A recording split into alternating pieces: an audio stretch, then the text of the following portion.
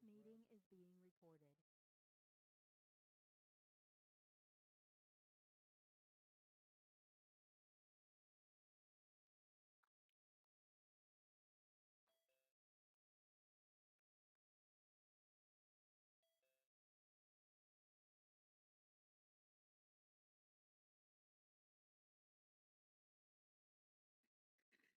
Okay, Mr. Chairman, you're free to begin the meeting. Thank you. Good afternoon. My name is Chris Leak, and I'm the chair of the City County Planning Board. I now call to order the July 8th, 2021 meeting, which will be conducted remotely. Due to the state of emergency, all planning board members are participating remotely. I would now ask our planning director, Aaron King, to call the roll. George Bryan,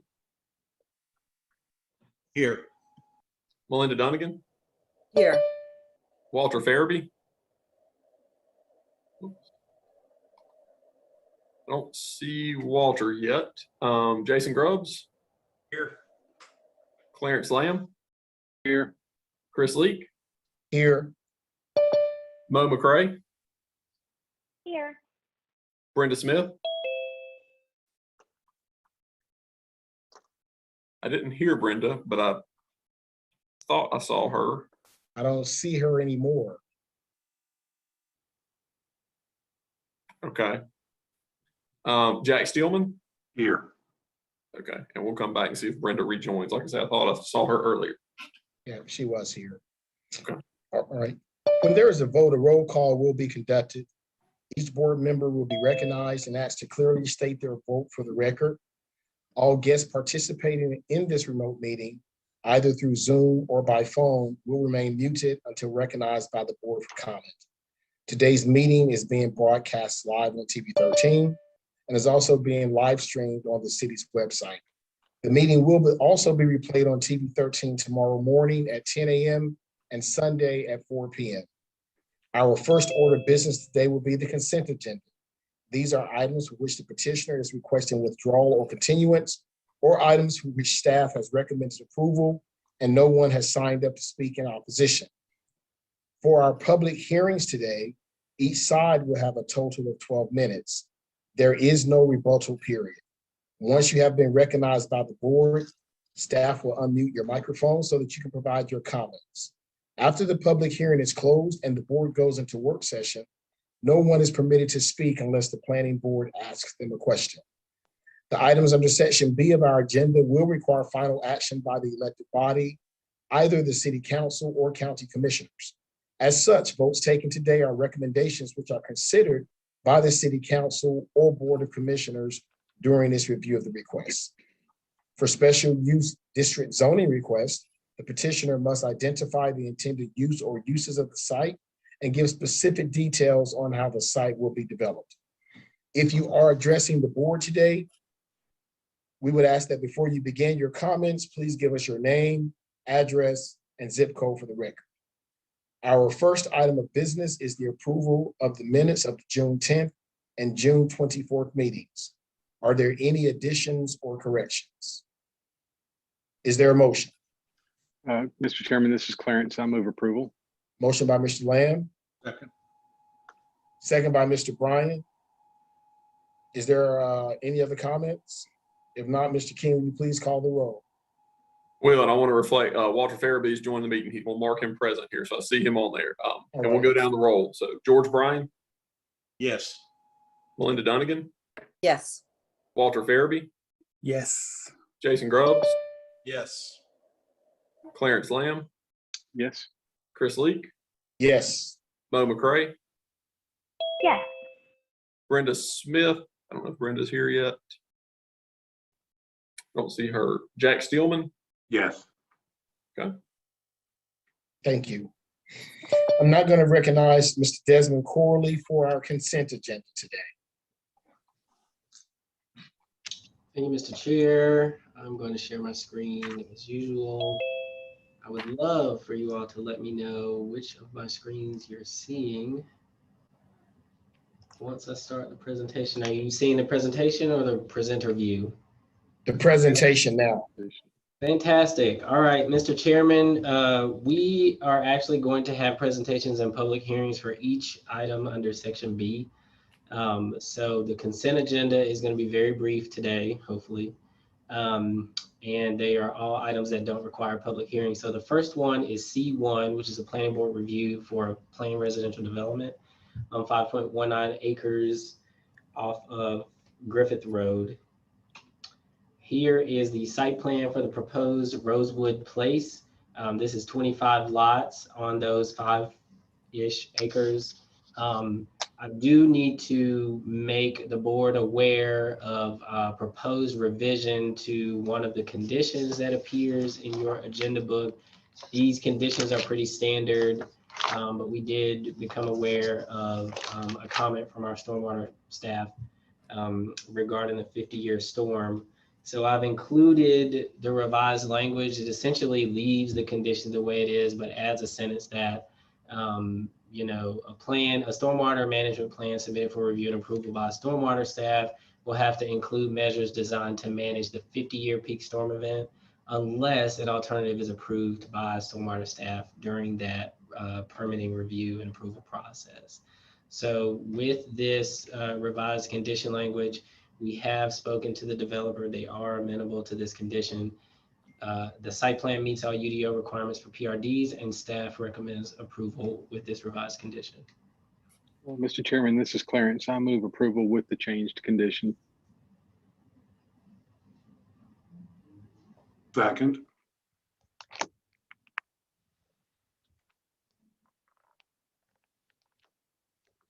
think we lost Chairman Reid. Okay, I'm sorry. Was there a second? I'm freezing up for any reason. Yes, I offered a second. All right, second by Mr. Stillman. Any further discussion? If not, Mr. King, will you please call the roll? George Bryan, Yes. Melinda Dunnigan, Yes. Walter Farabee, Yes. Jason Grubbs, Yes. Clarence Lamb, Yes. Chris Leak, Yes. Mo McCray, Yes. Brenda Smith. Still no Brenda. Jack Steelman. Yes. Okay, great. All right, the last item on the consent agenda is C2, which is another planned residential development by the name of Grove Park. Zone 40.5 acres off of Center Grove Church Road.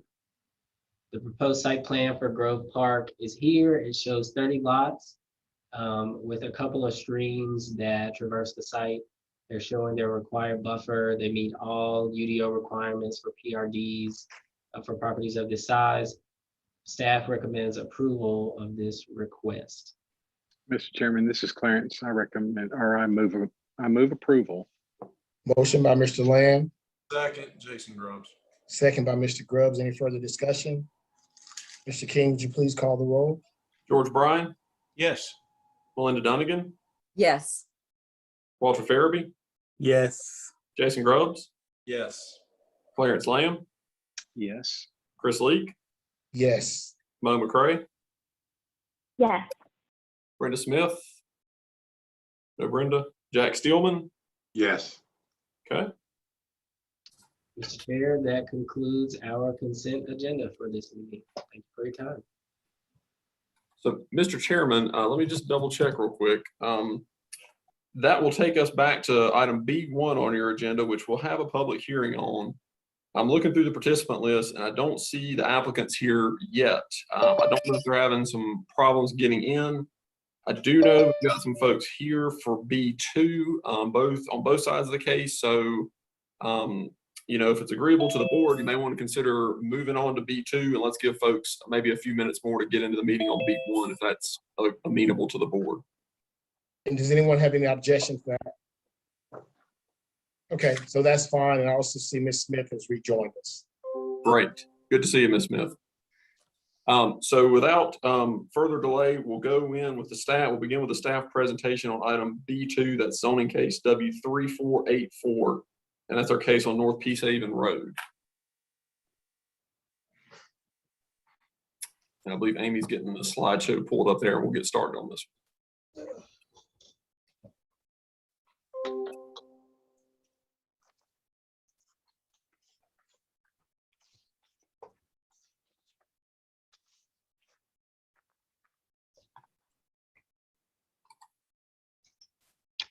All right, greetings, Mr. Chairman, members of the board. I understand we're going to be face to face next month, so look forward to that. Yes, sir. So this case is zoning docket W3484. The petitioner is BRE Tarpon Whitaker Square LLC. The site is 12.19 acres located on the southeast corner of North Peacehaven Road and Whitaker Ridge Drive. And this is for a site plan amendment to add a fueling center in property zoned highway business special use. This is Legacy's growth management plan. It's located in an activity center there on Robin Hood Road. And this is a zoning map showing the subject property. This is a part of the Whitaker Square Shopping Center. It's about a 30-acre shopping center that was approved actually 27 years ago.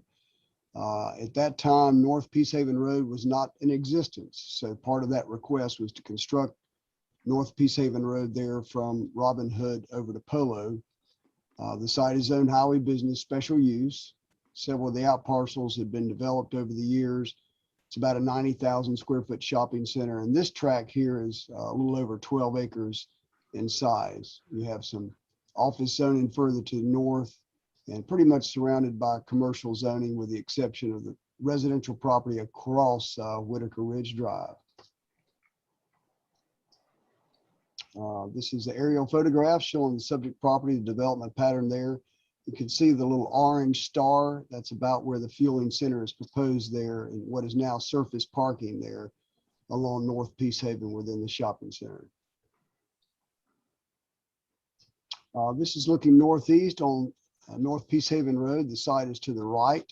This is kind of standing near the parking lot for Chick-fil-A.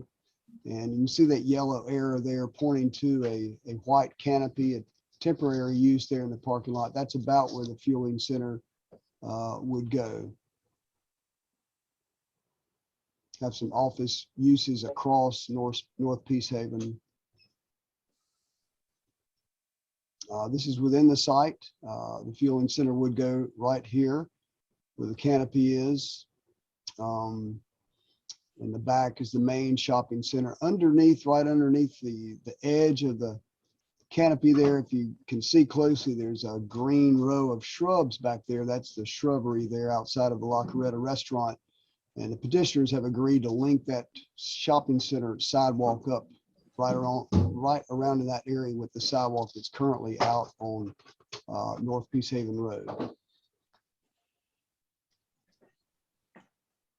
And the West Suburban Area Plan recommends commercial land use for the site, recognizing the existing commercial zoning there shown in red. It is also within the Sherwood Forest Activity Center, as I mentioned earlier. So this is a site plan showing the subject property there. And this is distinguished from a convenience store as the primary use here is really the fueling station. I think there's going to be 8 fueling stations there within this. An unstaffed kiosk there of about 240 square feet and not really selling grocery and food or drug items, which you would typically see at a staffed convenience store. The petitioner is showing no new access points on the North Peacehaven Road. They work with staff considerably on that, and staff is aware that although there's extra capacity on North Peacehaven Road, particularly at peak hours around that connection earlier where I mentioned where the Chick-fil-A entrance is, there are some pinch points there, and staff is aware of that, but this is a use that was approved as a part of the original rezoning, and this is taking place now what is currently surface parking, and so there's still adequate parking for the shopping center even with the loss of these spaces. So access points would not be from Peacehaven. They would use the existing internal connections within the parking lot there shown where those blue arrows are. And the green area is additional landscaping. They will remove some of the larger oak trees that are out there now. That would still leave the ordinance minimum street yard, which is along the back of the sidewalk there on North Peacehaven, and showing the green area, some of the new landscaping that they would install. The orange linkages, or those are two new pedestrian connections there, striped crosswalks. One of those I mentioned earlier there outside of the La Coretta restaurant. And they have provided these building elevations. So for what the columns are and the building will be, that's typical of what the shopping center building materials would be. And that would also include a condition that regulates the dumpster enclosure as well. So it would generate more traffic than the approved site plan. This would generate about 100 trips per peak hour. 150 trips is typically the minimum threshold that would trigger a transportation impact analysis. So it did not rise to that level. North Peace Haven Road has extra capacity, but I did mention also in the staff report that there's limited opportunities for really mitigating that. North Peace Haven is already a 5-lane road. There's double lefts into this site. Also, the area plan recommends business uses at this location, so it is consistent with that. The zoning is in place. It does not include any new external access points, and the proposed building materials are compatible with those of the existing shopping center. And staff's recommendation is for approval, and I'll be glad to answer any questions. Like I said, they're not even trying to get in. Are there any questions for staff? Yes, Mr. Chairman. I just had one for Mr. Roberts. Do you have the total trip number? I know it's 150 in peak, but do you have a total number for trip generation on this? No, we did not receive that from transportation. That was the main number that they focused on. We typically do put the total 24-hour total there, but the peak hour, I guess, is what they were focused on. I apologize. Okay. We have no other questions for staff. I'm now going to open the public hearing. Mr. King, do we have anyone here to speak on this case? Mr. Chairman, we do. So we have 3 speakers who are signed up to speak in support and 1 speaker who is signed up to speak in opposition. So as we traditionally do, we'll begin with the proponents, and each side will have a total of 12 minutes.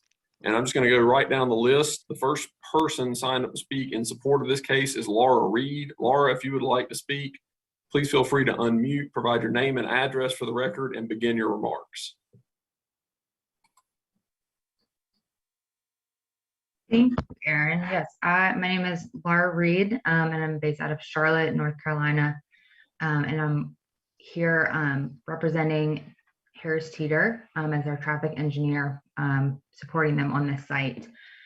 So wanted to just share a little bit of information on the trip generation potential for this site. So I guess answering Melinda's question, the daily trip generation of this fuel center is just north of 2,000 daily trips. So it's 2,054. Also wanted to share a little bit of information just on the peak hour trip generation. I know that Gary mentioned that a little bit in his presentation of the increase of trips on Peace Haven. So based off of our projections, we're looking at about 125 a.m. and 140 p.m. trips generated by a fuel center of this size. Once you consider the internal capture or vehicles going to the Harris Teeter and other retail uses within the shopping center, and also consider the vehicles already on the roadway that'll stop in and get gas and then head back out, the fuel center is anticipated to add about 35 a.m. and 38 p.m. new trips to Peace Haven. So that equates to about 1 trip every 2 minutes in the peak hour. I think from a traffic standpoint, unless there were any questions, hopefully that helps give a little context for traffic impact. Ms. Reid, if you don't mind, could you please give your address and zip code for the record?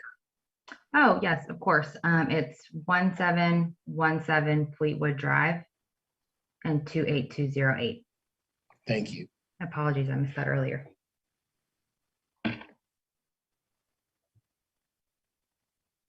Ms. Reid, if you're finished with your remarks, we'll move to the second speaker signed up in support. Yes, sir. You can move on. Great.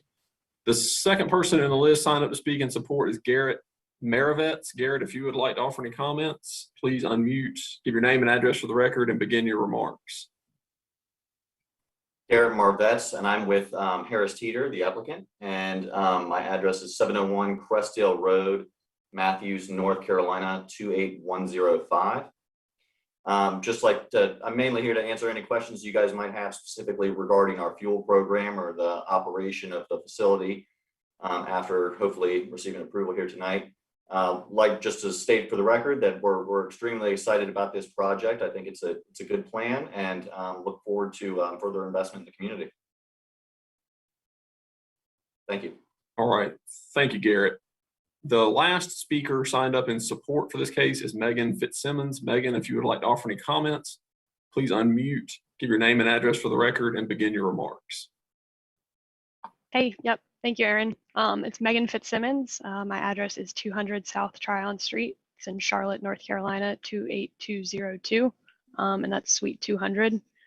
And yeah, just wanted here representing Harris Teeter as well from the engineering side, and just wanted to talk a little bit about the plan and kind of the Harris Teeter program in general.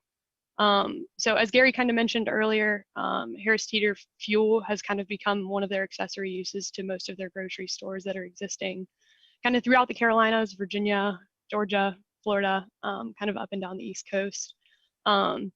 So for this site specifically, this is a 5 multiple product dispenser fuel center. It offers 10 fueling positions for cars, so kind of being able to stack on either side of the pumps as you usually see with traditional fuel stations. And this one will have a 240 square foot kiosk where you can walk up to pay. There will be an attendant there from 6 a.m. to 10 p.m. And then it'll be attended just via credit card payments after hours if there are people that would like to get gas after the fact. And then just an overhead canopy, as you kind of saw in the architectural elevations earlier. Harris Teeter kind of prides themselves at their nice looking gas stations, usually matching their grocery stores and kind of matching the use within the shopping center. So the Phoenix brick to kind of match the store, and then also the overhead canopy to be the Hartford green that you're used to seeing with all of Harris Teeter's branded designs. So always a nice looking center, always kept pretty clean, obviously manned by an attendant who is a Harris Teeter employee as well. So you kind of get the same service that you're getting within the grocery stores, also at your fuel. And these are kind of just brought in as a service to Harris Teeter customers that are already existing. So you can go to the grocery store and get your groceries, you can get your anything from their pharmacy, and then you can go over, fill up your gas tank as well and get fuel points from your grocery purchases as well. So kind of just provided as an accessory use for a lot of Harris Teeter's existing customers. As Gary did mention, we are working to provide some additional pedestrian access here, just kind of to help any pedestrians coming down North Peace Haven into the shopping center and kind of connect to our fuel center into the rest of the Whitaker Square shopping center as well. I think that's about it on our end, but also happy to answer any additional questions that anybody might have regarding just the fuel center design itself or the site or anything on that end. I had a question of you, Ms. Fitzsimmons. Mm-hmm. Just wondered if you could speak a little to the plantings and the landscaping, because of the fact that those trees that border the road Gary said some would be removed, so I wasn't clear on how many, and it did say that the new plantings would exceed the minimum requirements of a street yard. So if you could just kind of elaborate a little bit on how the landscaping would be there at the street. I can, yes. So there is existing landscaping. I'm not sure if you can see our plan right now or if anybody has it shared or if I can share it too, but there's existing 12-inch magnolia trees along North Peace Haven with some shrubs as well, right along the back of the sidewalk along North Peace Haven And those are planning to stay. We're not planning to disturb anything kind of along that main road. And thank you, appreciate you pulling that back up. So kind of plan north, just on the back of the sidewalk there, you can see that those trees and that shrubbery on the rear is planning to stay. The only kind of demolition in that area will be a few shrubs as we need to connect utilities in, but those are planning to be replaced with the same types of shrubs as needed as our contractor needs to build. Other than that, the internal trees to the grocery store along the back of curb in that area will be demolished, just to allow for the additional curb to be pushed out. But that's what we're planning to replace with those additional trees you can kind of see behind our site, shown in green. We're kind of planning a bunch of shrubbery to help screen the fuel center, and the additional, you know, vehicle use area, air vacuum, propane cages, et cetera, will all be screened by that shrubbery, and then some additional trees to replace the trees that are going to be demolished as well. We have, trying to see if it's in this plan or not, but tree save area calculations that are also provided. This development, because of our disturb limits, requires 3,344 square feet of tree save area. We are providing over that with 3,750 square feet. There's plenty of area to, you know, add some additional landscaping can kind of beautify this area. So kind of providing over and beyond as much as we can. Right, thank you. I'd like to ask one thing also of Megan, if I may, which is just to say, as we all look and think to the future, is this site designed for the addition of electric charging stations as over time they come in increased demand? For this purpose, it has not. Certain developments, we've kind of seen them being able to be brought in the future, as, you know, electric power and kind of that infrastructure allows. But at this time, we have not looked into any EV charging stations in this area. All right, thank you. Mr. Chairman, if there are no other, Ms. McCray is unmuted. I don't want to cut you off from asking a question there. It's okay. I just had a quick question. Outside of the La Coretta consideration with some of the greenery, have you engaged with any of the other commercial tenants of that shopping center just to check in with them about this development? And that's, Ms. Fitzsimmons, if you don't know the answer, that could be for anyone on the development team. Yeah, I know from Harris Teeter's perspective, they have been working with landlord for the shopping center, since, you know, landlord is also has their tenants in mind as well throughout the rest of the shopping center. Garrett, I don't know if you have anything else to add, or if he can be allowed to speak to that as well, but I think that's been more of a Harris Teeter perspective and communication on that end. Yep, Megan, you definitely kind of summed it up there. The majority of the communication has been through landlord there, as they're the property owner. Harris Teeter is the largest tenant in the shopping center. Obviously, we're supportive of it. And generally with these situations, we do receive really positive feedback, especially when you're adding in a different use that's drawing foot traffic and more customers into the shopping center. Usually it's a little a bonus, especially when it's a quality operation like what Harris Teeter does. Thank you. Mr. Chairman, those are all the speakers signed up in support. If you're ready, we can turn to the speaker signed up in opposition. Yes, please. All right, we have one speaker signed up in opposition. That is Robert Balin. Robert, if you're with us and you'd like to speak, please unmute, give your name and address for the record, and begin your remarks. Good afternoon. My name is Robert Balin. I represent Cocoa Properties, and we own the property and building at 2020 North Peacehaven Road, 27106. We are opposed to the building of this fuel station on 4 points. First, you know, I've heard the statistics of the increased traffic that is expected from this fueling station. I can tell you that as someone who drives the Peacehaven Robin Hood intersection every day, The traffic is heavy in the morning, it's heavy at lunchtime, it's heavy in the evening. There are times where the traffic at the stoplight at the intersection of Robin Hood and Peacehaven backs up past our building. The additional traffic is just going to create, to me, a nuisance. I don't think the roads are, I'd have to disagree with the perception that the roads are designed to handle that much traffic. I don't think they are. I think the redesign or something would need to happen to allow for the increase of the traffic. The exit to that property, especially the one at the Chick-fil-A is exceptionally dangerous. I've had multiple employees of our business get into traffic accidents for people coming out of that exit. To just increase the number of cars coming in and out without doing anything to change the roads or put a traffic device or something, to me, seems irresponsible. Secondly, there are already 2 gas stations located across the street from this property.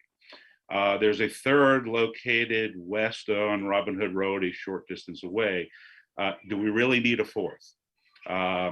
It's only going to be manned by a single person in the kiosk. It's not really providing any new jobs. We're just saturating this area with more gas stations, and it's not like those gas stations are filled to capacity with lines going out into the street. They can certainly handle the demand of what's here. I can't possibly imagine that 10 more pumps is going to alleviate anything as far as traffic or accessibility to fuel. Thirdly, there's an environmental impact. There's going to be fumes coming from the fuel being put into vehicles. The fuel can be spilled, as you can notice in any gas station, there's fuel spillage. There'll be fumes coming out, fumes from the exhaust from cars that are at that station. There's also potential for tank leaks and spillage, contaminating the groundwater. I didn't have this as a talking point, but one of the people on the board mentioned electric vehicle charging stations, and Harris Teeter mentioned that they didn't even consider it. I really think they should. I mean, the country is moving forward to that in the next week, maybe 5 to 10 years. And I'm really surprised that they didn't even consider doing that when it would be another source of revenue for them. The other thing about the environmental impact, they talked about the kiosk not being manned after hours. What happens when there's a spillage? Are we going to count on the person fueling the vehicle to run over to the building and push the stop button? Or are they just going to drive away, leaving that fuel on the ground to just saturate into the concrete and maybe contaminating the groundwater? That's certainly a concern. And fourth, of course, is the lowering of property values. The properties here are worth something, obviously, and to put a fuel station in across the street or diagonally across the street from our property is just going to lower the property values, especially of the residential area. They talk about there is a residence across Whitaker Ridge, and I understand that, but right up the street on Peacehaven Road, going towards Polo Road, there are numerous homes, and what are their property values going to be if a fueling station is located nearby? So those are the remarks that I have.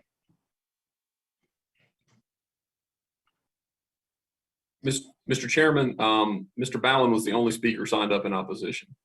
All right. Mr. Chairman, could I ask Mr. Balin something? Yes.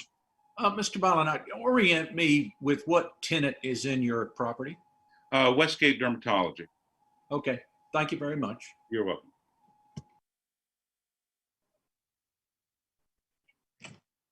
Are there any additional questions? Seeing none, I'm going to close the public hearing. What is the pleasure of the board? Mr. Chairman, this is Clarence. I move that the planning board find that the request is consistent with the comprehensive plan. There's a motion by Mr. Lamb. Second. There's a second by Mr. Grubbs. Any further discussion? Let me make a comment. I like Mr. Balin, I travel this area frequently and am often confounded by the stacking that occurs going up to Robin Hood.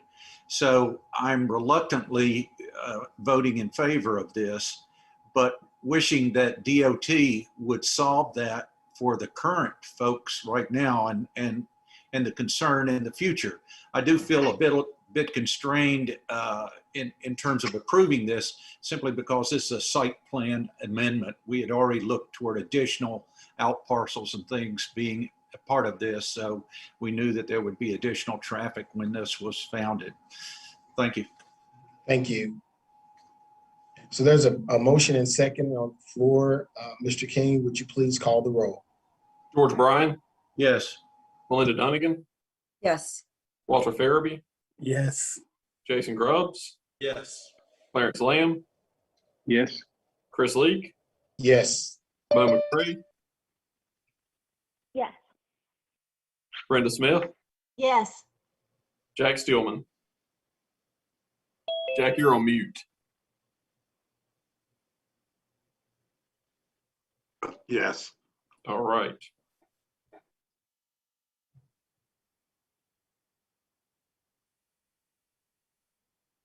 Thank you. That's unanimous. So, Mr. Chairman, that took care of the consistency with the plan piece of this item. You need to consider an action on the zoning amendment itself. Mr. Chairman, this is Clarence. I move that the planning board recommend approval of W3484. Motion by Mr. Lamb, Second. second by Mr. Grubbs. Any further discussion? Mr. King, would you please call the roll? George Bryan, Yes. Melinda Dunnigan, Yes. Walter Farabee, Yes. Jason Grubbs, Yes. Clarence Lamb, Yes. Chris Leak, Yes. Mo McCray, Yes. Brenda Smith, Yes. Jack Steelman. Yes. Okay, it's 9-0. Mr. Chairman, that completes our work on that item. And so we've got two remaining items on your agenda. Item 1 is zoning case W3483, and that's our case down at Salem Avenue and City Yard Drive. I'm going to check one more time. I do not see that the applicant is here for that case. I know that we've got a couple folks who are in the Zoom meeting who have not responded to the breakout rooms to identify which case they're here for. I'll pause, and if we have somebody here to speak on case 3483, can you please let us know at this point?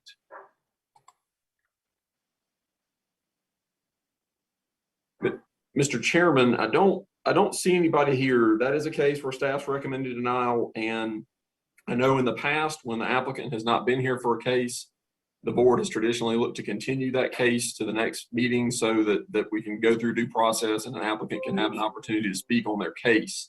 I think without objection, we can continue that to August. I would recommend somebody make a motion. If that's what the board's inclined to do, somebody make a motion. Let's get a second, and then let's do a roll call vote to formally continue that to the August public hearing meeting. Mr. Chairman, this is Clarence. I move that we continue this W3483 case until the August meeting. Motion by Mr. Lamb, Second. second by Mr. Bryan. Mr. King, would you please call the roll? George Bryan, Yes. Melinda Dunnigan, Yes. Walter Farabee, Yes. Jason Grubbs, Yes. Clarence Lamb, Yes. Chris Leak, Yes. Mo McCray, Yes. Brenda Smith, Yes. Jack Steelman. Yes. Okay, so that is unanimously continued. That will come back to you at your August 12th public hearing, and we'll have that, and we'll make sure to do an extra reach out to the applicant to make sure they will be here for that case. Mr. Chairman, following a trend on number 1, item B3 is your last remaining item. That is UDO CC 13. That is the text amendment that focused on the temporary use turkey shoots. We have folks in the meeting who are here to speak on that case. We did receive somebody who was trying to enter into the Zoom meeting and was not able to get in. And so I think on this case, what I would recommend to the board is to alleviate. I know there's a lot of concerns on both sides of this issue, and to make sure there's no issues that cloud that as this makes its way up to the county commissioners. I would recommend the board maybe consider continuing this to your August meeting as well, which will be in person. And we'll let all parties know that meeting will be in person in the Arnold King Room in this building. I don't want anybody to be cheated out of an opportunity to speak on something that's important to them because of a technology issue. And it sounds like that's what we've got here. Mr. Chairman, this is Clarence. I'd move that the planning board continue this UDO-CC 13 case until the August meeting. There's a motion by second Mr. that. Lamb, second by Ms. Dunnigan. Mr. King, would you please call the roll? George Bryan, Yes. Melinda Dunnigan, Yes. Walter Farabee, Yes. Jason Grubbs, Yes. Clarence Lamb, Yes. Chris Leak, Yes. Bo McCray, Yes. Brenda Smith, Yes. Jack Steelman. Yes. Okay, and so for the folks that are in the meeting, like the previous case, this will come back to the planning board at their August 12th meeting, and that will be in person in the Arnold King Room that's located in the Stewart Municipal Building at 100 East First Street. So, and we can get you some more information on that, but I just want to make sure for anybody that has joined, that's what you can expect in August. And Mr. Chairman, I believe that brings us to D on your agenda, which is the election of chair and vice chair. So if you're ready for that, we can begin that process. All right, I think you have to chair this, correct? I do. I will assume a temporary chair of the board to conduct this first part. So as we traditionally do, we'll open the floor for nominations for the position of chair.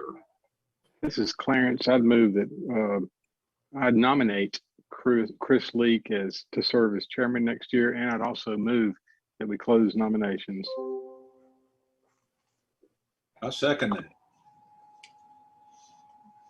Okay, we've got a motion and a second, and that is to nominate Chris Leak as chair of the planning board and to close the nomination period. And we'll go down the roll call for this. George Bryan, Yes.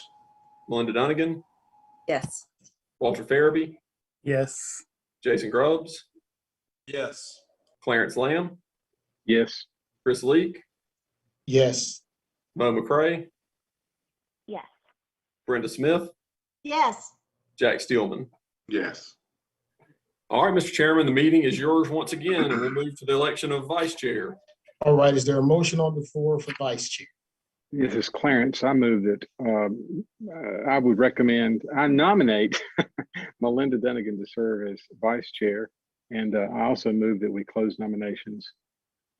Is there a second? I'm sorry, who seconded that? Yes, I did, Jack. Thank you, Mr. Stillman. Motion by Mr. Lamb, second by Mr. Stillman. Mr. King, will you please call the roll? George Bryan, Yes. Melinda Dunnigan, Yes. Walter Farabee, Yes. Jason Grubbs, Yes. Clarence Lamb, Yes. Chris Leak, Yes. Mo McCray, Yes. Brenda Smith, Yes. Jack Steelman. Yes. All right. And Mr. Chairman, I think the only thing we've got left for the board today is a staff report, and I'll let Desmond give you a preview of what you can expect in August.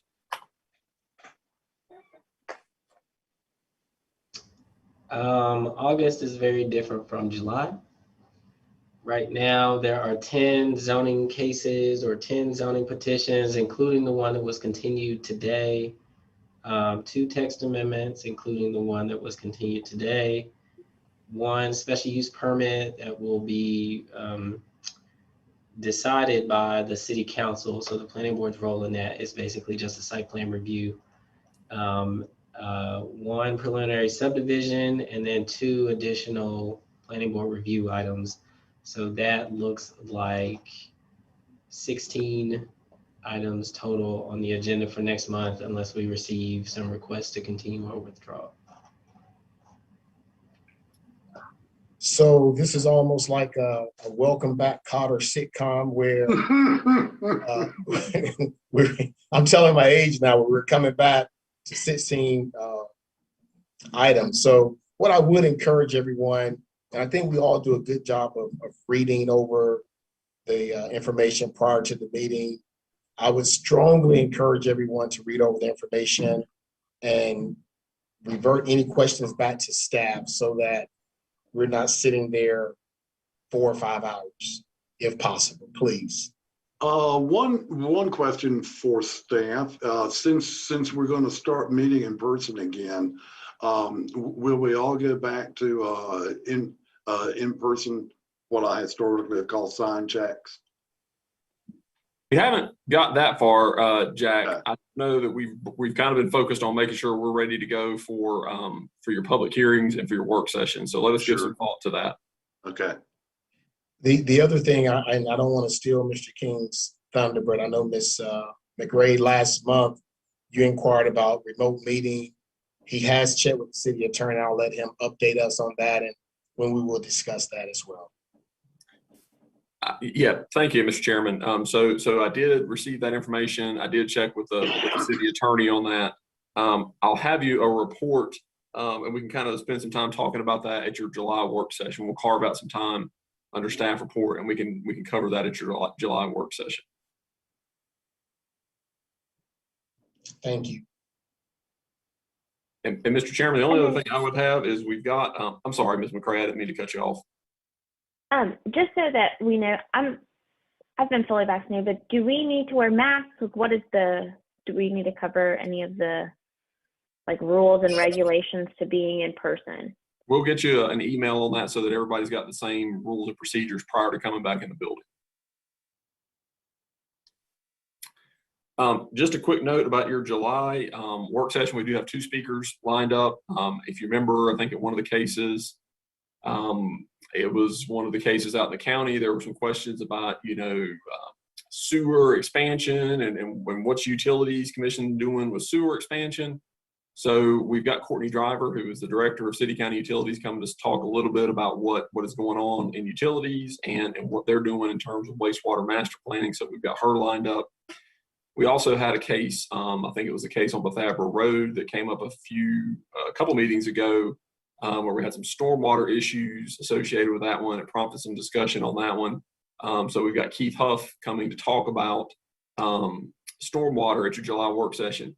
What would be very helpful to staff is, I don't know that there's a lot of value in Keith Huff coming in and doing the stormwater 101, which a lot of the board members I think have heard more than once.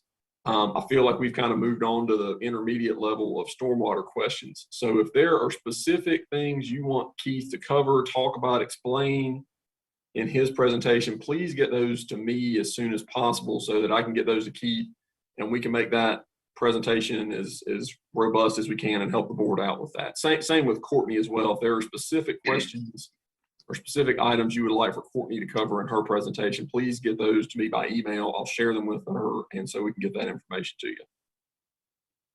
Aaron, I run across I guess an information or educational piece on stormwater. Can I send that to you to see if it conforms to Forsyth and whether it would be helpful in providing that background so we could move to sort of the second level? Yeah, I'd certainly want to vet that with Keith. He's much more familiar with stormwater rules, and he can sort of give some comment on that. But yeah, certainly send that on. And Mr. Chairman, I believe that's all we've got at this point. So short meeting for today. August, maybe not so much.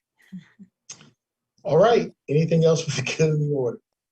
Just for one comment, this is Clarence. I'd like to thank both Melinda and Chris for the willingness to serve. I know I spend a fair bit of time preparing for the meetings, but it's just a small fraction of the time that both Melinda and Chris spend. So I really do appreciate your willingness to continue to serve. Thank you.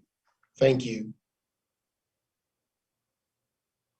I guess we'll have our motion to adjourn. Everybody try and stay dry. Yes. Have a good evening. Thank you all.